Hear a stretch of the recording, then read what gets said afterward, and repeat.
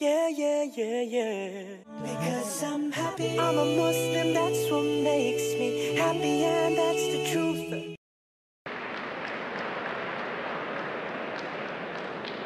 Can we have the next question from the brother's side? Good night. My name is Lim Kim Piu. So I think it is good for the Muslim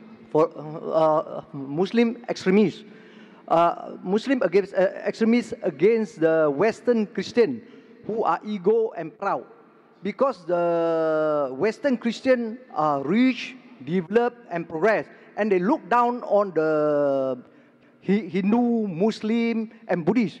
And the Muslim consists of over 40 countries, and the Buddhist over 10 countries, and the Hindu just a few. Nobody dare to challenge against the Christian. Only the Muslim dare to challenge against the Christian.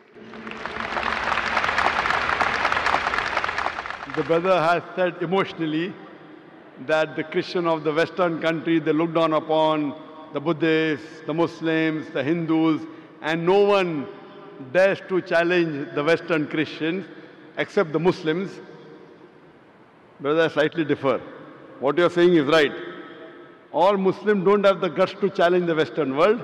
There are some Muslims like Tun Dr. Mahathir Mohamad,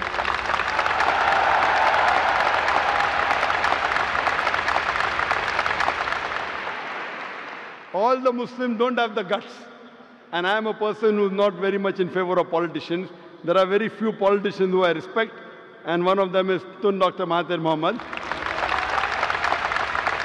And I remember when I met him the first time several years back in Abu Dhabi, we were discussing, and he said that if the Muslims, if the Arabs stop dealing in dollars, America will come on its knees immediately.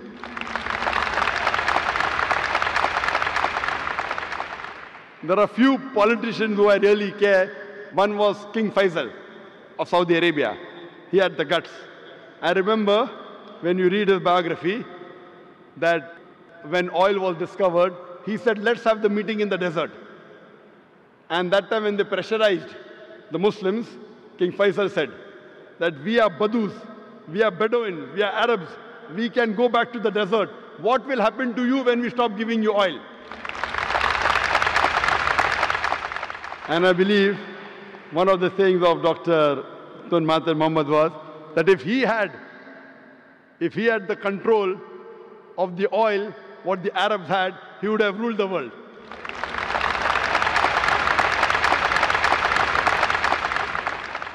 That's why I said in my lecture of terrorism, Muslim monopoly, that most of the terrorist acts, directly or indirectly, are related to politicians. They try and create the vote bank. They create all this problem. In Islam, we do not believe that we should look down upon one another based on caste, color, or creed.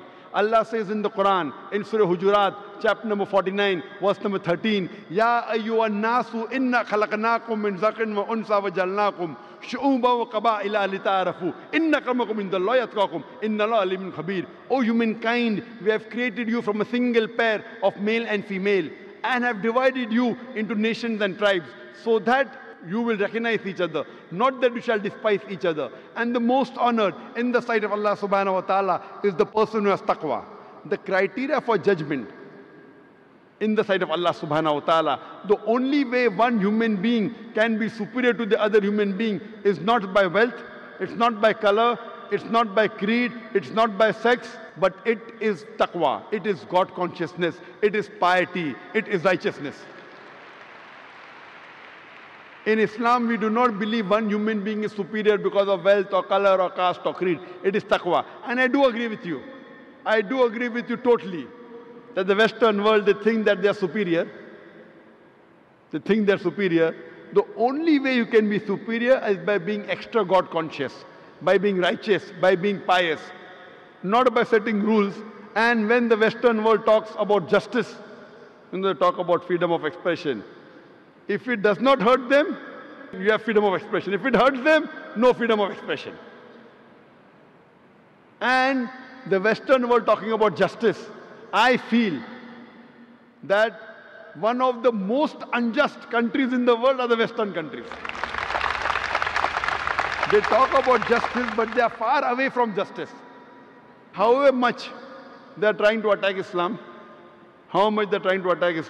Islam is growing. Islam is growing.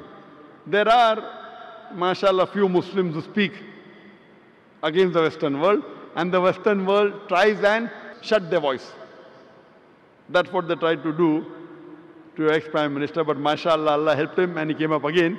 We know the history. And that's what they do, that those Muslims who speak the truth, because of my being very vocal and speaking the truth, the Western world doesn't like me speaking the truth. I'd like to give an example. I have been to UK several times.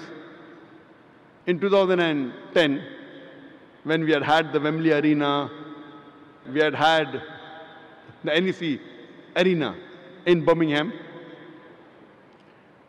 There, the Home Secretary took objection to one of my statements. I said that killing innocent people is prohibited in Islam. And I said that thousands of people killed in the Twin Tower is to be condemned. The thousands of human beings killed in Twin Tower blast in 9/11 is to be condemned. More than 50 people killed in the London tube blast is to be condemned. More than 180 people killed in Bombay in the train blast has to be condemned. But I told the Muslim, don't put a full stop. Besides condemning all this, I also condemn the thousands of innocent people killed in Afghanistan, in Iraq and Palestine. So the Home Secretary of UK put a ban. Zakir cannot enter UK. I told that the thousands of Americans killed in the Twin Tower I condemn.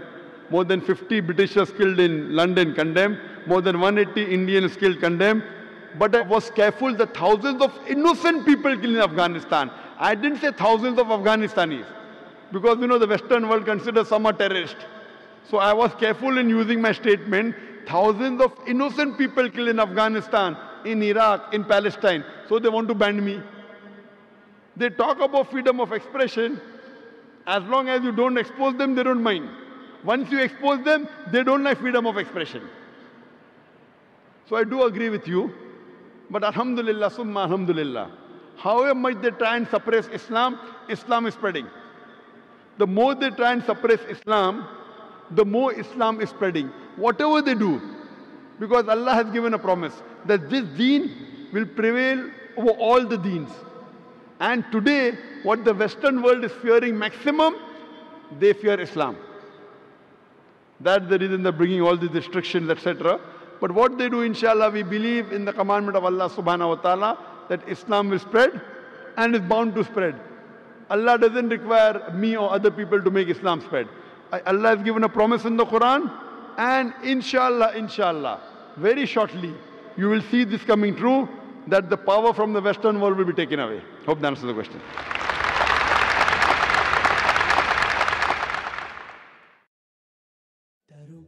Let me tell you about my happiness. I get my happiness from Islam. It makes me kind and a better human.